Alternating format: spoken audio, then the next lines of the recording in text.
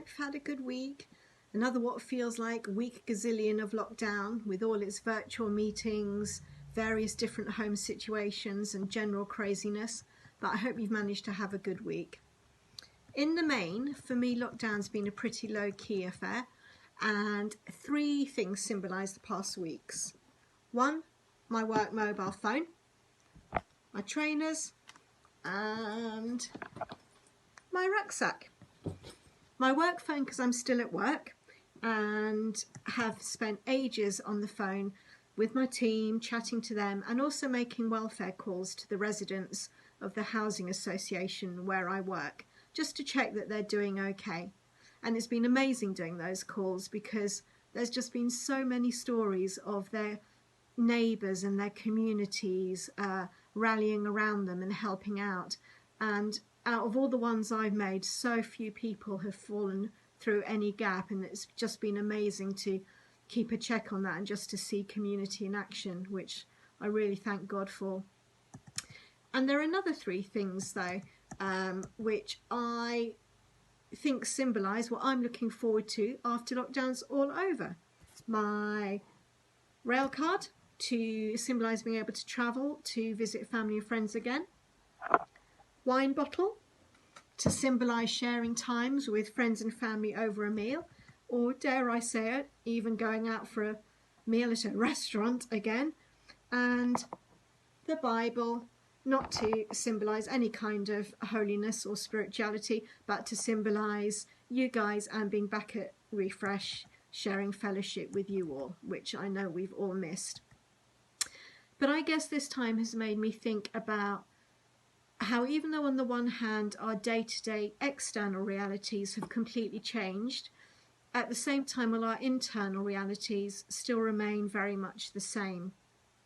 We've still got the same old backstory that makes us who we are and the people we are.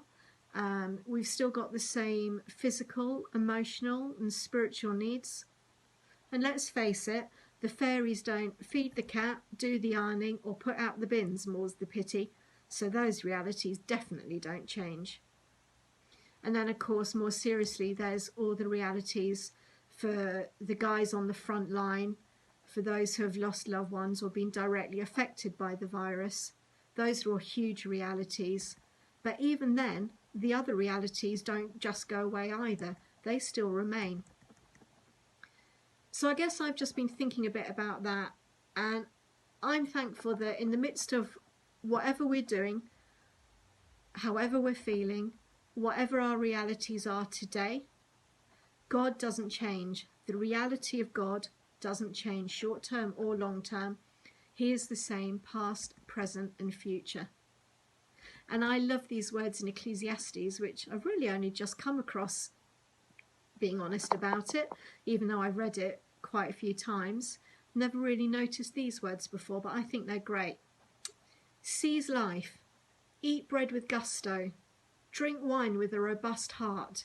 Oh yes, God takes pleasure in your pleasure. Dress festively every morning. Don't skimp on colours and scarves. I think that one's for clergy. Relish life with the spouse you love. Each day is God's gift. It's all you get in exchange for the hard work of staying alive. Make the most of each one. Whatever turns up, grab it and do it heartily. And I just love it's all you get in exchange for the hard work of staying alive. Because let's be honest, sometimes life is hard and staying alive is hard. But I love the fact that, as we know, God already knows all that, and it's in Ecclesiastes, and it's equally balanced out with the make the most of each one, and whatever turns up, grab it and do it heartily. So just that, exhortation to be positive and just keep on keeping on no matter what. So just for a while, let's not actually think about lockdown, but take some time out and focus on God. Let's say hi to God, thank him for who he is, and praise him that no matter what our reality is today or whenever, he remains the same, yesterday, today and forever, and he is in control. So enjoy the service, lots of love to you all and a big virtual hug. Have a good week. Bye.